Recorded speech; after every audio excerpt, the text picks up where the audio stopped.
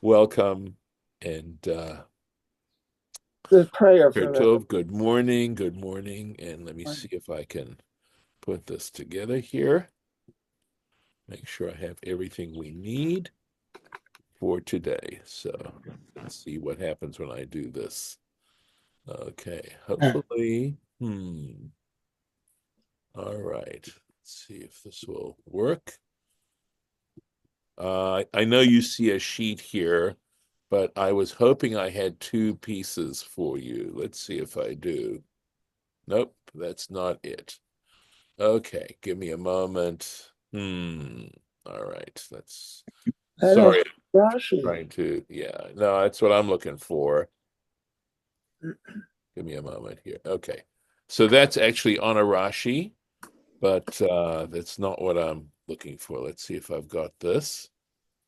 Oh, you're not going to see this. Okay, so I'm going to have to stop the share, or maybe I can add the no. Okay, I'm going to stop the share and try this again.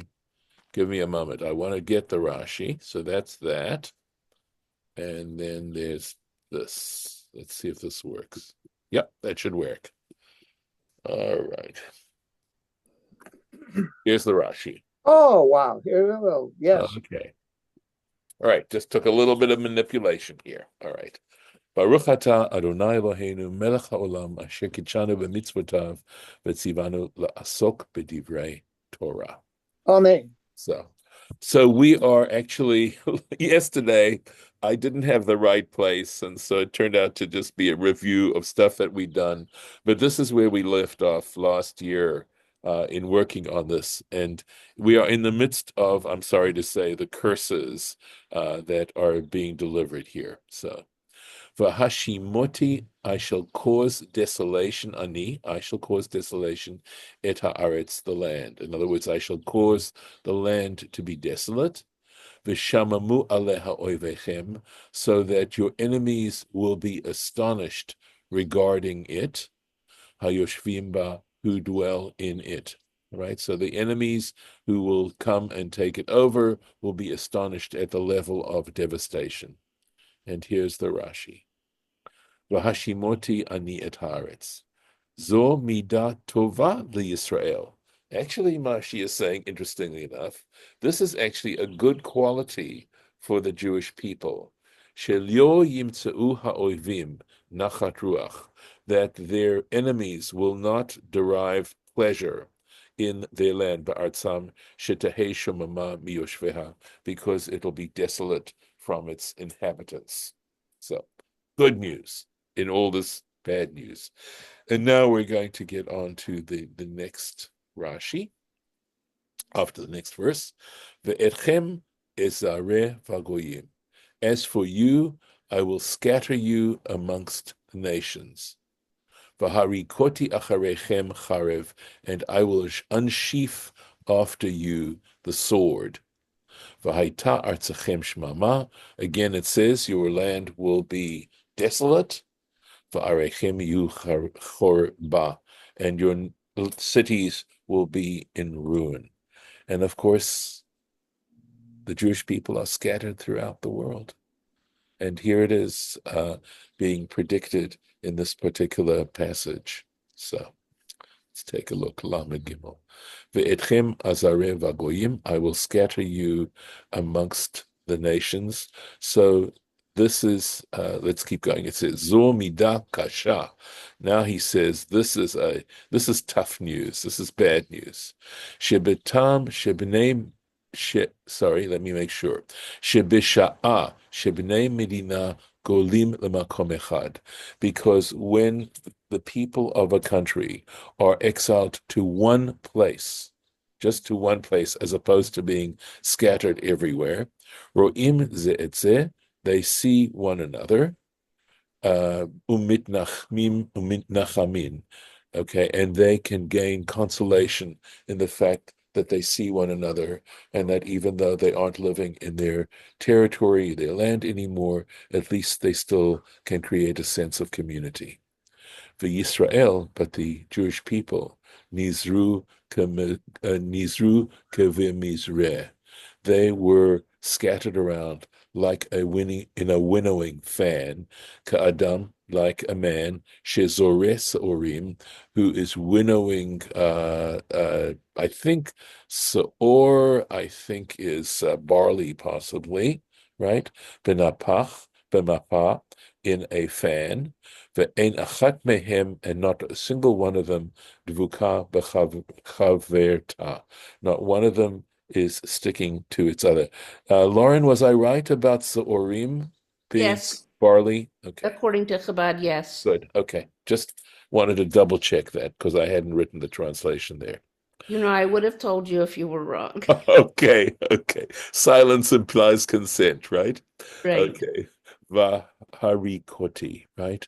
That is, sarek means to empty, right? To empty something. So this was remember to empty the sword. Keshesholef hacherev, right? When someone draws a sword, mitroken not. I think this is. It could be hatzdan. It's hard to see this letter. It could be a tzaddik. It means the scabbard, the sheath that the sword lies in, is emptied. Umidrasho, and an interpretation of this is cherev hanishmetet acharechem, that the sword that has been removed after you, right, that eina chozeret maher, it isn't going to go back quickly into the scabbard. Ka'adam shemarik et hamayim, just like a person who pours out water, ve'ein sofan lachzor, and it doesn't, in the end, it will not go back to where it was poured from.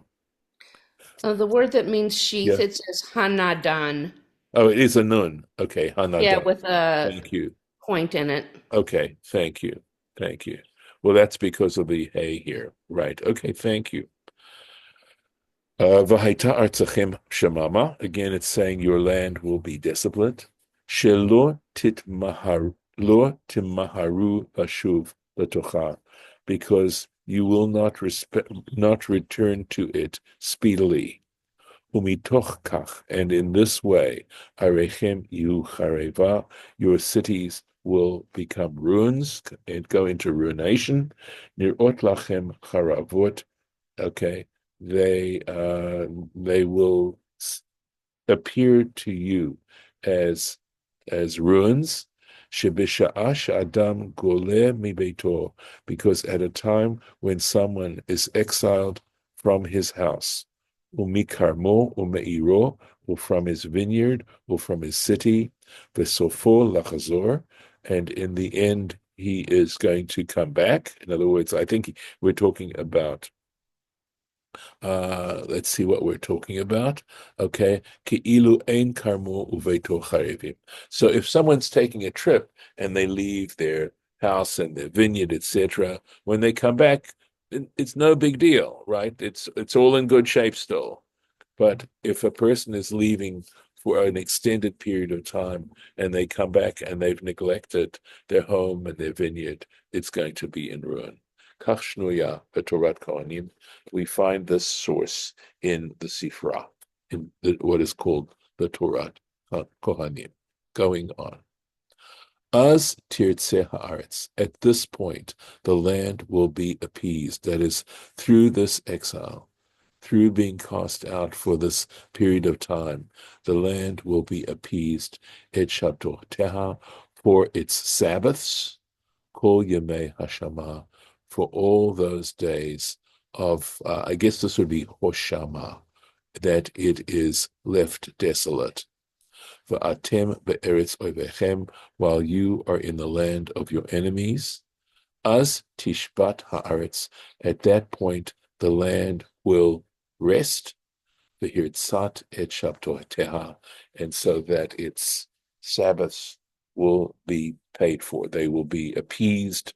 They will be fulfilled. So remember, this is all we read in the previous in Bahar about the sabbatical years and how every seventh year the land is to lay fallow, and then in the 50th year it's to have a jubilee year. In other words, 2 solid years of allowing the land to lay fallow. And the idea is that once the Israelites got into the land of Israel, you realize that actually observing this particular commandment takes a great deal of faith, and they were faithless. They did not have enough faith to, in fact, practice this. Not the entire time, but for a good deal of the time. So let's take a look at this Rashi here. As tirtzeh.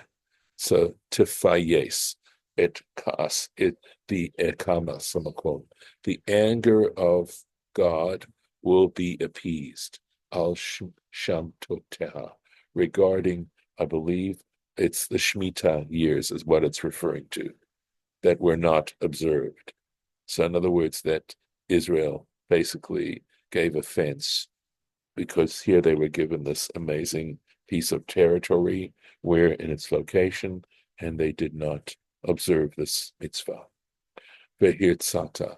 So lemelech et shatuta, and you will I think basically you'll be ingratiated to the king.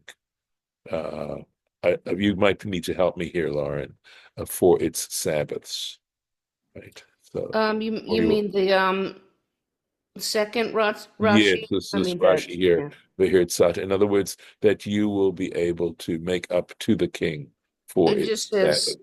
and thus appease to God the king over its unobserved sabbatical Yes, years. right. This is La Melech et Shabtoteha. Yeah, Right, it always says right. it always says Yeah. it's unobserved. So Okay. Yeah. Well, that's maybe you mean it is the land.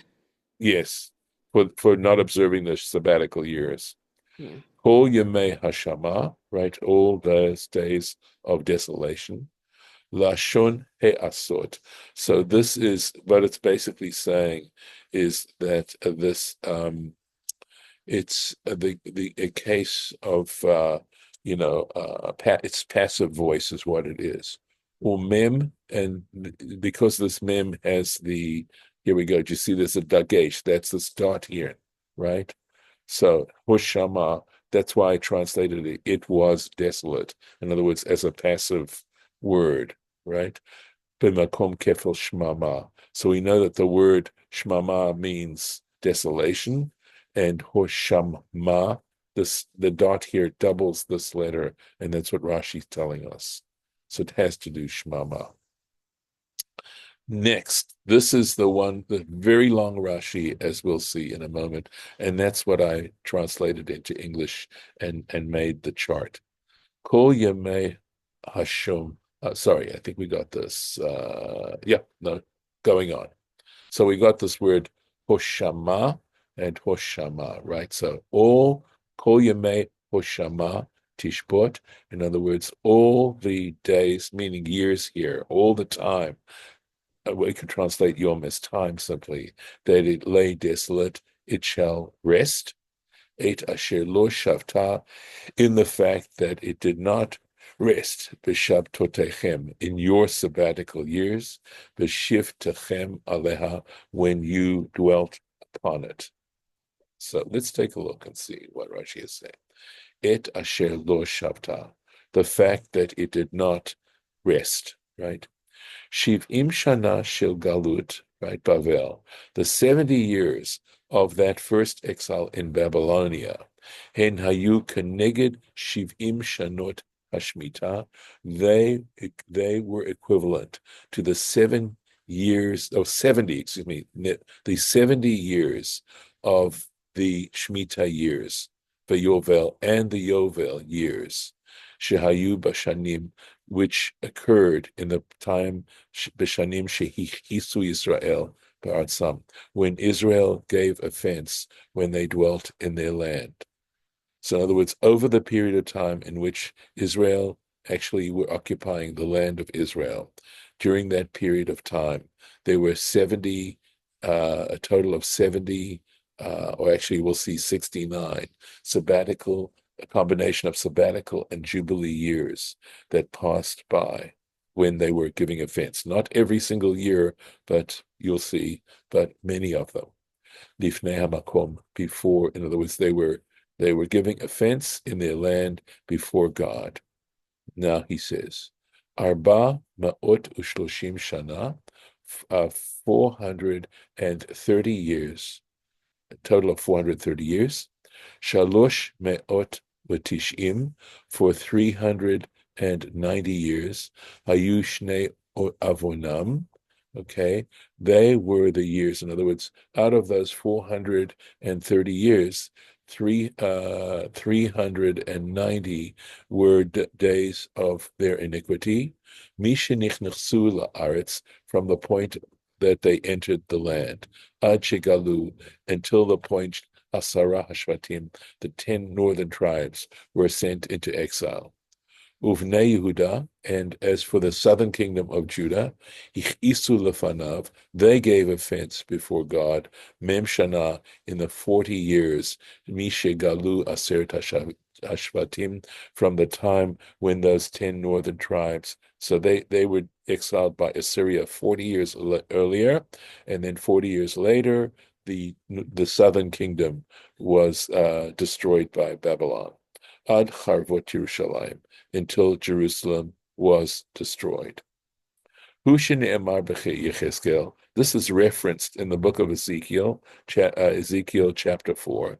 V'ata, and as for you, God speaking to Ezekiel, shchov al tzidcha, or lie on your side, hasmalit, on your left side, and he's going to tell him to lie on his left side for 390 days, the gomer, etc. Going on, v'chalita et ele, and when you get to the end of these days, etc., v'shachavta al tzidcha yemanit, then you shall lie on your right side, arba'im yom, for 40 days. V'nasata et avon beit Yehuda, so that you can basically carry the iniquity of, and it's symbolized in that, right? The iniquity of the house of Judah. Now, lying, and maybe it also means to appease the iniquity of the house of Judah. And the fact that God was telling Ezekiel to lie on his side symbolically meant that he couldn't do anything, just like in a sabbatical and jubilee year, you're not supposed to do anything to your fields. So he was in lying on his side like this, basically symbolizing those years when they were supposed to observe the sabbatical year and didn't. And this particular prophecy, Ne'emara leYechezkel, it was told Ezekiel, in other words, he received this prophecy, Beshana hachamishit liglot hamelech Yehoiachin, in the 5th year of the exile of King Yehoiachin of Judah. Ve'od asu sheish shanim, and then there was another 6 years after that, ad galut Tzidkiyahu, until Zedekiah was exiled. Hare arba'im v'sheish. So we get here 46. So let's see how we do that. Okay, I'm going to go on a little bit, and then I'm going to refer to to how he gets this number 46, because obviously, let's see, 5 and 6 makes 11. It doesn't make 46. So we'll see. So he's counting again, going back to where, from the point that Israel, that the northern kingdom was exiled, and up until the end of the land of Judah. V'im tomar, and should you argue, Shnot Menashe, that the years that King Menashe ruled, he was a king of Judah, Chamishim v'chamesh, that he actually ruled 55 years, right? Hayu Menashe, v'chamesh hayu, if you say that King Menashe actually ruled, and he was a wicked king, for 55 years. Menashe asa tshuva. We actually discover that Menashe repented, right? Asa tshuva, he made tshuva, 33 shana, for 33 of his 55 years. So now we have Kol Shnot Rishor, so that the years, all the years, the total of his wickedness is Srim Vishtayim, right? Because he was ruler for 55 years, subtract 33 years when he was doing tshuva, and you have now the wickedness of 22 years. Kamosha Amru Agadat Chelek, as is mentioned in the Agadic material in the tractate Chelek. That's in the tractate Sanhedrin, chapter Chelek. Veshel Ammon, there was a king of Ammon, so we've got now 33 plus Ammon Shtaim, so 33 and 2.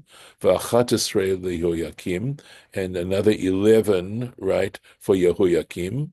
Ukenegdan Litzitkiyahu, and then after that, Zedekiah. So I'm going to, okay, let me see let's go to the other passage now. All right, let's see what I can do here. Okay, did I not? I thought I had that as well. So let me see if I can. Sorry, I don't seem to be able to get. Yep. Let's see. I'm not seeing the other. I thought I had two things, and now I'm not showing it. So again, I'm so sorry. I'm going to have to stop this share because I thought I had both of them. Yeah. Let's try this. There we are. Okay, so here we go, right?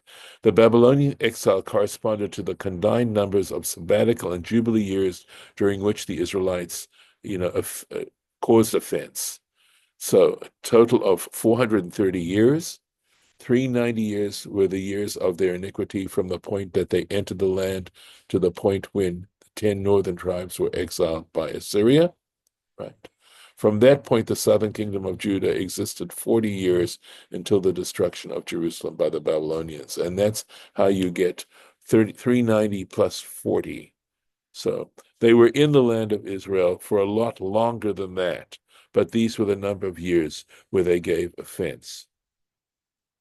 So he mentions the statement of Ezekiel. Remember, as for you, lie down on your left side for 390 days to represent the sins of the house of Israel. And when you've completed these, lie down on your right side for 40 days to bear the sin of the house of Judah. So we have this supportive passage in Ezekiel. So here we go. I'm basically translating it, right? The prophecy was given to Ezekiel in the 5th year of the exile of King Jehoiakim, and there were an additional 6 years until the exile of King Zedekiah. Right. So this gives us a total of 46. And here's where we're going to get these numbers that add up to 46. Now, again, I'm just translating Rashi. If you argue that the number of years that King Manasseh ruled totaled 55, Manasseh atoned for his sin for 33 years. So the years of his wickedness came to 22, as is mentioned in the narrative Parsha of Chelek, the last chapter of Tractate Sanhedrin. So now we have those 22 years, plus 2 years of wickedness of King Ammon, plus 11 years of Jehoiakim, and then the additional years through Zedekiah. So this is Manasseh, this is Ammon, right? This is Jehoiakim, right? And then we have Jehoiakim, and then we have Zedekiah, right? There's also a king, there's Jehoiakim and Jehoiakim. So this should make us a total of 436, right? Let's make sure we got it right. So 390 plus 22 would be, Kathy, I should ask you to do the math here, right?